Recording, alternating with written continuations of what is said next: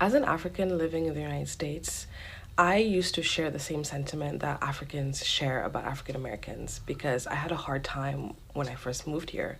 People used to always tell me, "You're not black enough, you're an Oreo, you're secretly white on the inside," as if I wasn't literally from Africa. Africans come here looking to us to be skin folk. They already got a deal, with the discrimination of being an immigrant, and then they look to black people for comfort, black Americans for comfort, and they don't get none. That is what you need to be focused on before you as a black person try to open your mouth against other groups of people of color. It's already disheartening to receive discrimination from everybody else who is not black. But when you look to your own people who are so far removed from their culture and you look to them for comfort and they treat you like dirt too, it's a different type of disheartening. So the least that we can do when Africans come here is be way more kind and inviting to them instead of being so discriminatory. African Americans are telling me in my comments, because I'm not from here, I don't have the right to speak about them. I've heard too many times that African Americans believe that we Africans look down upon them when we come to this country, that we think we're better than them. It's false. What's up, everybody, ladies and gentlemen, kings and queens, brothers and sisters? I hope you're doing good wherever you are, and I hope you're in good spirits. Thank you very much for finding some time to pass by this channel to check on what we have for you in this channel. And in case you're coming across this channel for the first time, I warmly welcome you to this channel. Check out on our other videos for very interesting, thought-provoking, and inspiring content. Now, in today's video, I want us to talk about a sibling rivalry. But before we dive so much into this sibling rivalry, I will share a few clips or randomly collected on the internet. Let's watch this together, and at the end of these, we're coming to have, I'm in the spirit for us to really break it down and understand what is really going on here. So let's jump straight in. When we were young in Africa, we worshipped African Americans. Yes. We changed our names to African Americans. My friends in school were called Jim Brown, Black Moses. Wow. I was called Superfly. Okay. Yes. Go King. Blacks in Africa, the barbershop, we go to barbershop until blacks started wearing afro, and we stopped and we started wearing afro. Really? We blacks hated our own fabric, the dashiki, until African Americans made it popular in the 70s, and we all started wearing it back. As a case, I had his albums. We've watched all the movies. Kool-Aid High, TNT Jackson, A Hell Up in Harlem, Detroit 9000, Truck Turner, you name it. And then we go home and we're trying to practice how they speak and all that. That was when we were in Africa. Ask any African who went through the 60s and 70s. They'll tell you, oh, we love them. Maya Angelou moved to Ghana, and she was like a sister. 14 years she lived in Ghana. Her son had an accident and broke his leg and arm in Ghana. African Americans are telling me in my comments, because I'm not from here, I don't have the right to speak about them. Do you know W.E.B. Du Bois? Do you know where he died? He died in Ghana, was buried in Ghana, and Nkrumah built a center for Pan-African studies. He came to Africa, the first black PhD holder from Harvard, W.E.B. He came to Ghana, Africa, to tell us that our best way is to be Pan-Africanist. We listened to him. We didn't tell him, who are you to come from the United States and tell us what to do? There's a guy called Kwame Ture. He was formerly called Stokely Carmichael. He's the one who came up with Black Power, Black Power. Do you know where he is right now? In Guinea, in Africa, with pistols on his hip. When you go into my comments, African Americans are saying, I don't know anything about them. Hear me. Know you, the African Americans, more than you know yourself. Why? Because I am coming from the place where they brought you from. So when I got here and I looked at you, I see too much of us in you, and that's why we stay away from you. I now understand after living here for 8 years that Black in the United States is a very specific criteria, and anything outside of that just doesn't fit. But I want to help African Americans understand that Africans coming to the United States are immigrants, first and foremost. Then they are Nigerian or Senegalese or whatever country they're from. And then at some point, they are black. But Africans don't put black high up on their identity well as much as African Americans do. And that is for legitimate reasons on both ends. Now, there seems to exist a rivalry between, especially between African Americans and Africans, African Americans versus Africans.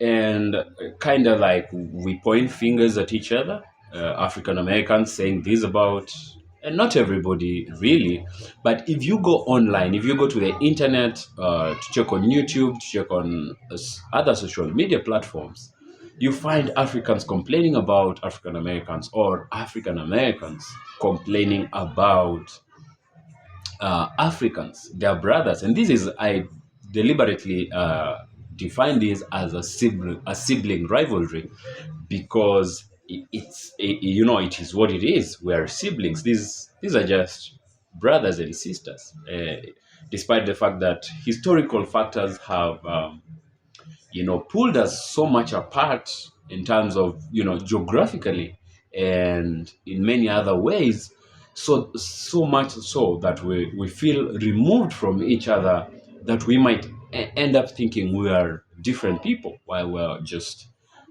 part, one people. Most importantly, we have to take that into consideration, that we are one people. We need to realize this. And if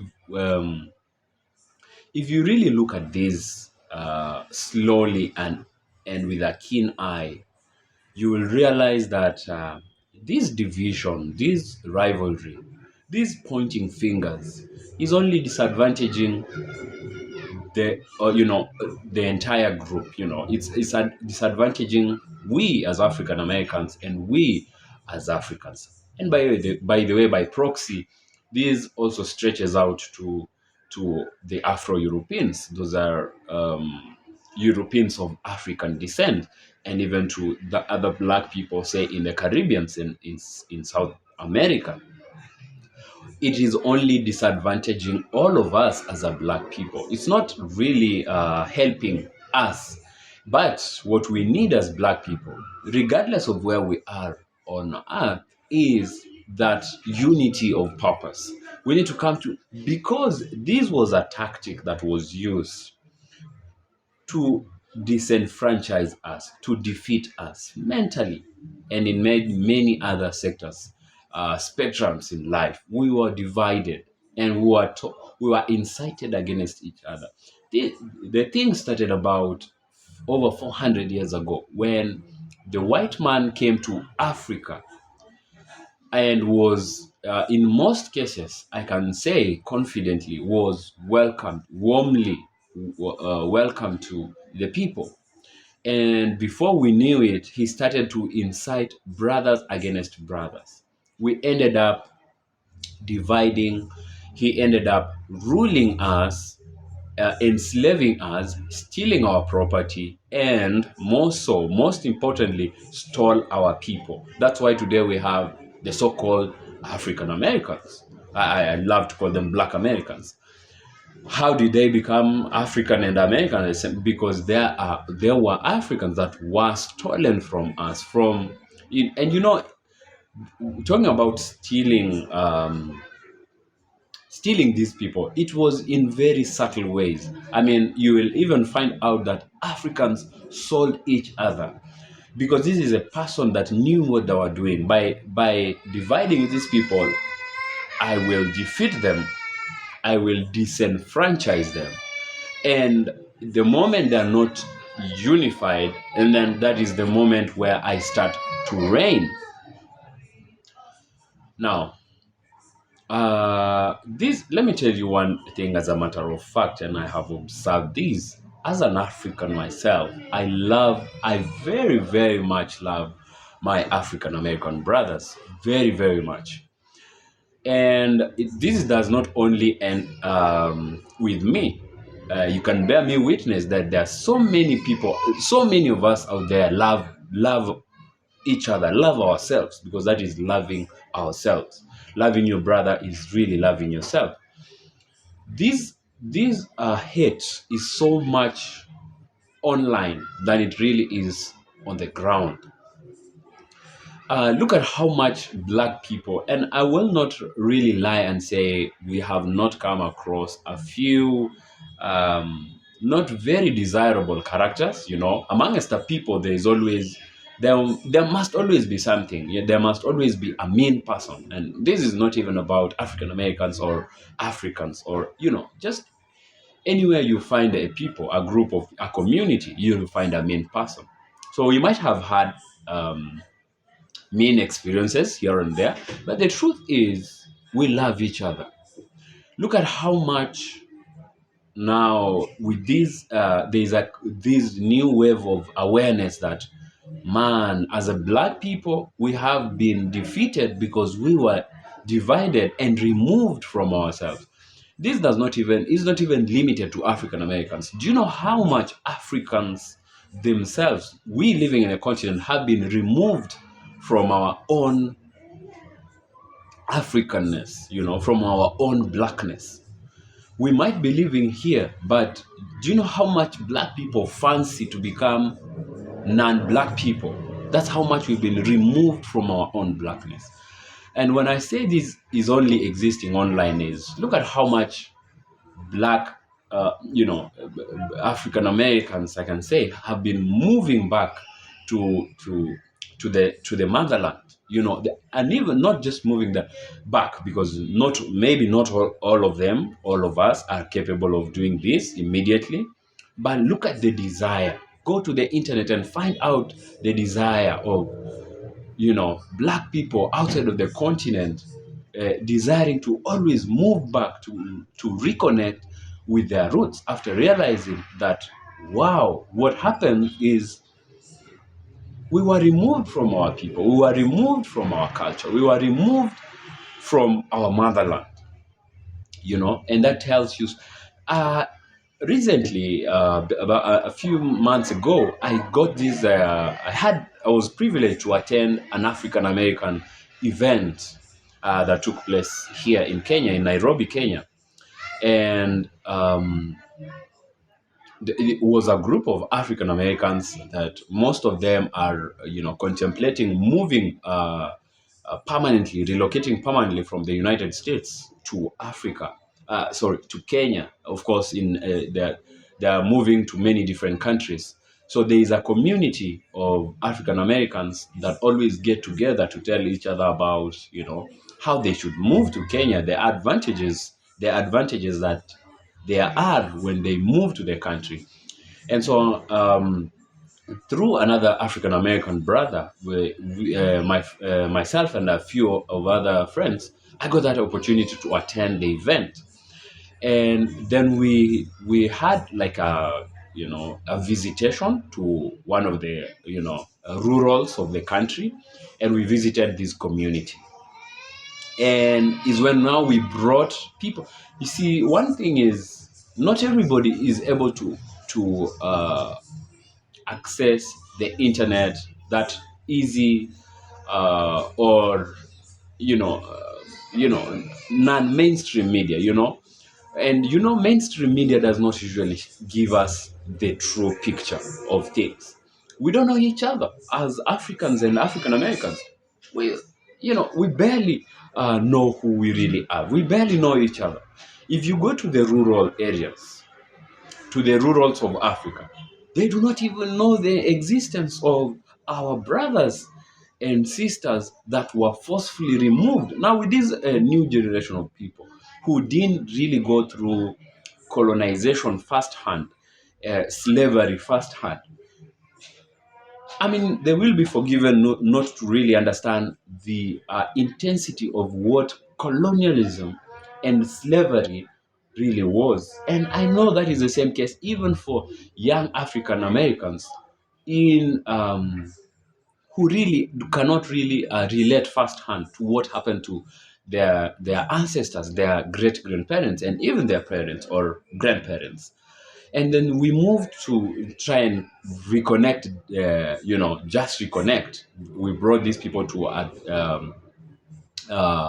to go and meet tribes people in Kenya.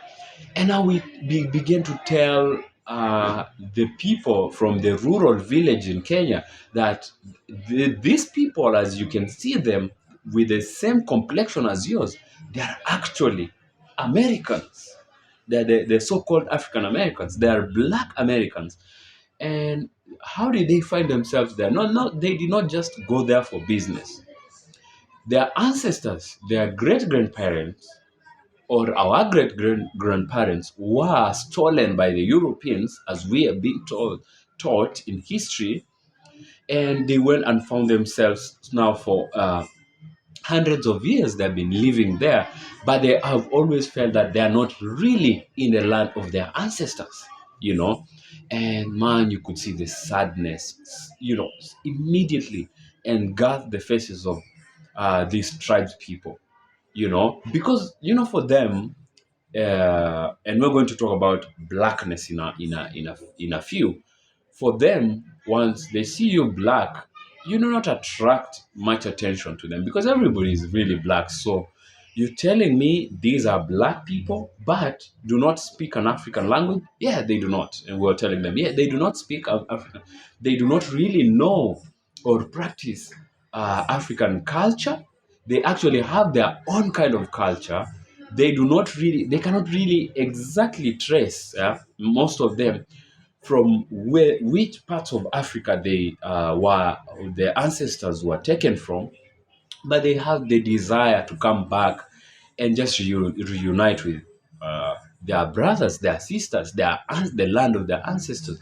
And you could suddenly see people becoming sad. You could see the African American brothers, shedding tears, and you could see people embrace really warmly. And this, it was an emotional moment.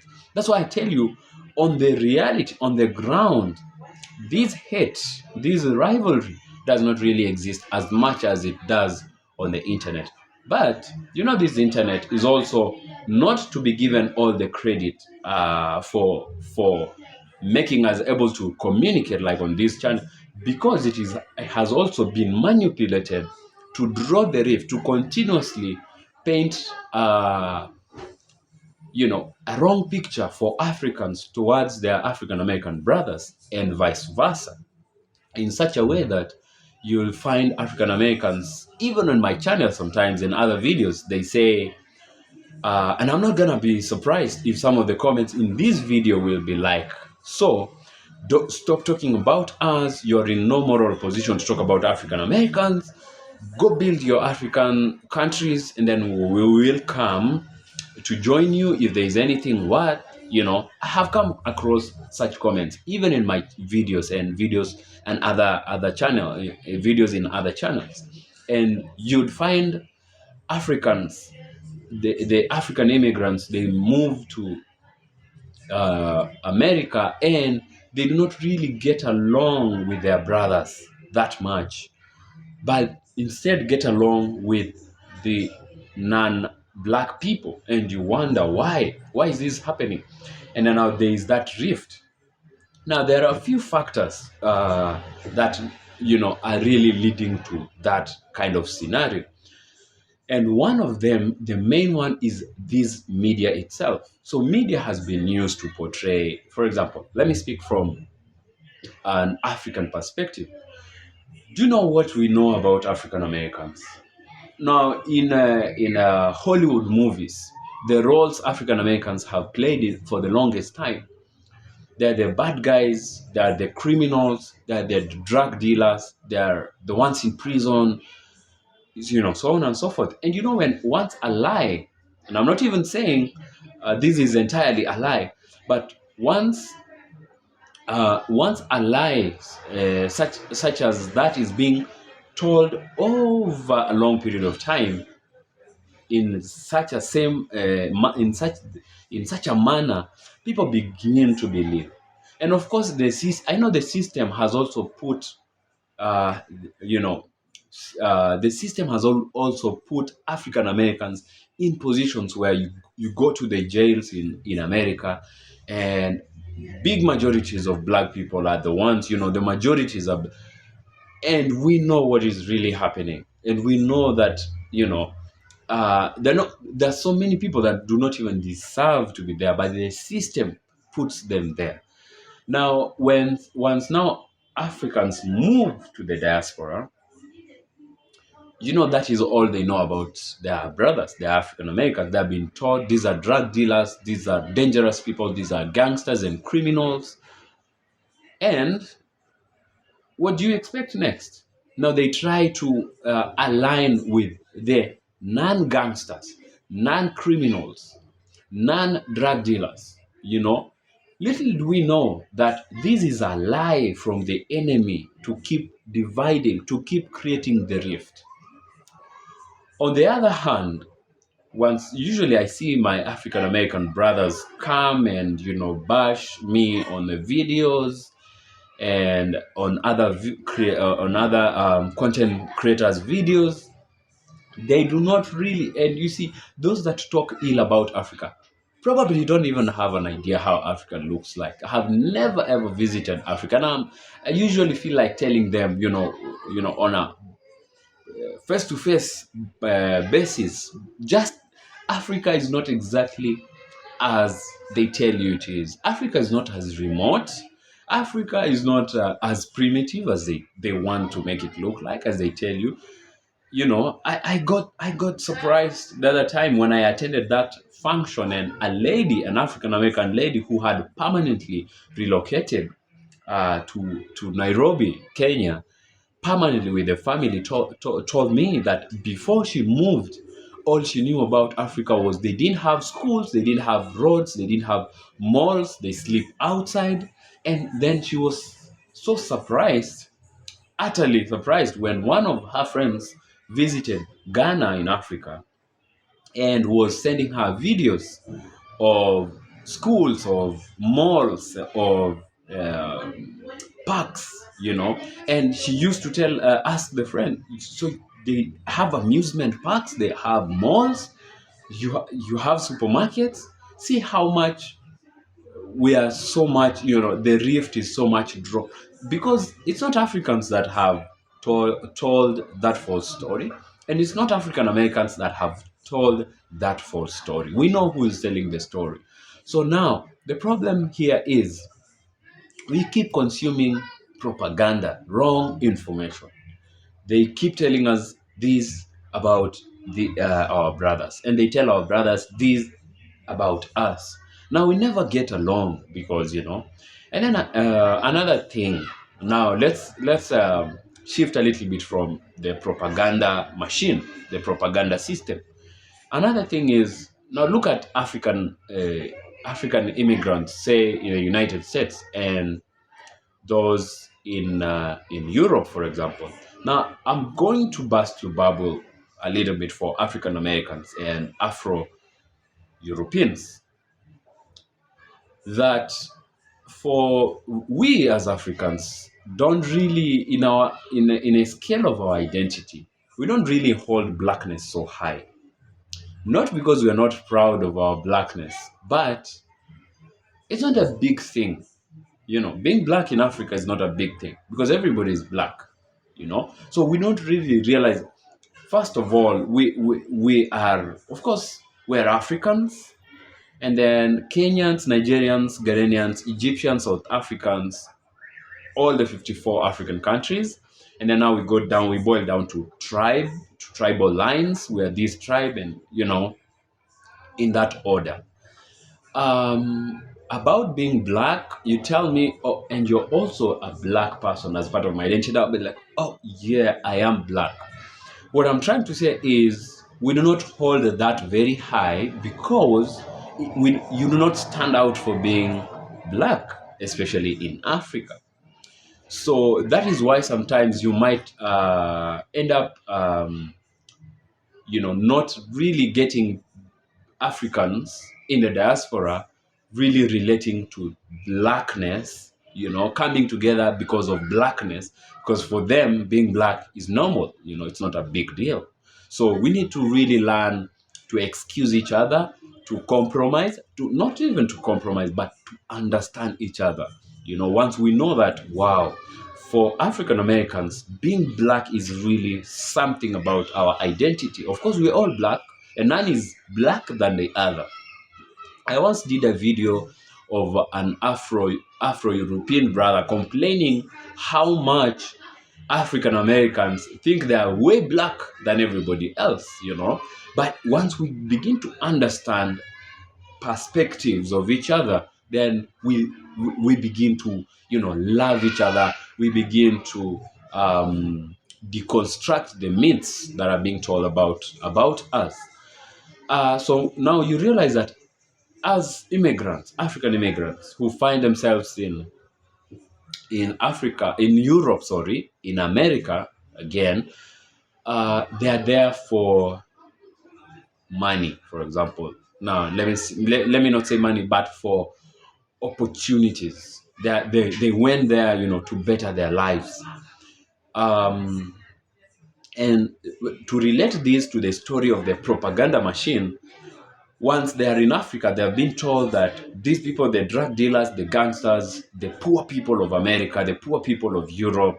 Now, when you go there and you went there to America to look for opportunities, to look for money in plain terms, they want to try and associate themselves with the money people. And the money people? Now, we're being taught and told, as I always say, the money people are the white people. The money, of course, we know they also control that, But now, once that is already the story, once you go leave the country and you're going there for opportunities, you're trying to go and fish for opportunities where you believe the opportunities are. And now African Americans tend to realize that you are distancing from yourself from them. Or Africans, actually now immigrants, might not really just go there looking for kinship. They are kinsmen. They are going to look for, they're like in foreign land, and this is a land of white people. White people are the ones that are providing here. So once I'm done with what I have to do here, then, so they're never settled. They're never at home. While African Americans and Afro-Europeans might be looking for kinship in the African immigrants, African immigrants are looking for money and opportunities on the backdrop, or on the context that these are not the people. Your brothers and sisters that are black here are not the people that control the resources. So that is just amongst the factors that pull us apart again. So it's sad. This is really sad. You realize that we have the point of the propaganda machine, the propaganda system that is drawing the rift in between us. And secondly, we have different perspectives. We need to, first of all, consolidate. We need to create a lot of awareness as well. We need to deconstruct the myth that has been created by the propaganda machine. And we need to be a little bit more compromising, more warm to each other.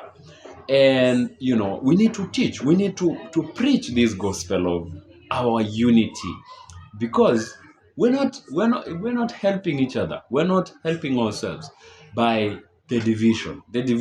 A divided people can never ever win a battle, you see. And someone knows this, that by dividing us they win. Now look, let me show you another contrast. We're all disenfranchised. African Americans go through racial segregation, racism. But do you know that Africans, especially living in a continent, do not exactly relate to the concept of racism exactly as the African, because they are not really exposed to that every other day. On the other hand, you find that we as Africans in the continent, we are disenfranchised properly economically, so much so that we are distracted from social our social issues, and now they pump a lot of faults into our minds. And now when we go, even when we go out there to find where like I said, when we go to America, when we go to Europe, we're not going to look for kinship because we're looking for something else right there. We're so much disenfranchised that we cannot even stay in our continent just to enjoy our resources because of what happens when it comes to resources. They're all being taken, and now we follow them, and we're going there to look for money. We do not even notice our brotherhood anymore. But I can tell you, for sure, look at the older generations of African Americans. They have a lot of regard uh, for for Africans and Africa. You know why? Because they know the story, they know history, they know slavery, they know where racism began. But now, of course, with the generations that come after, that do not really exactly relate to slavery firsthand, I mean, I would be, African Americans would be forgiven not to really portray, show as much as their ancestors, their grandparents, that regard for Africans, because now, and for that to happen, awareness must be created. We must tell each other, teach each other, teach is the word, what really happened, when and where. Uh, for Africans, on the other hand, Africans love African Americans, to be honest. Putting all these other biases aside, Africans love African Americans. They look at growing up, the culture, we copy the culture of African Americans. We want to dress like African Americans. We want to walk like African Americans. We want to talk. To talk with the accent of an African American makes you cool in Africa. To dress like the pop stars, uh, to behave like an African American in Africa makes you the cool person. That tells you that these people actually value, Africans actually value the culture of African Americans. If we don't deconstruct the myth, we will continue to be divided. We will continue to have an existing, non-helpful hatred, and they will continue to rule over us over and over. Now, this video, I want to close the video, end this video at this point. But it is a wake-up call for our unity, a unity of purpose. I want us to see beyond what we just see in the media. I want us to go down the rabbit hole to find out what really happened. Why are things the way they are? Because they say once you know the how, then the why becomes easy, or once you know the why, then the how becomes easy.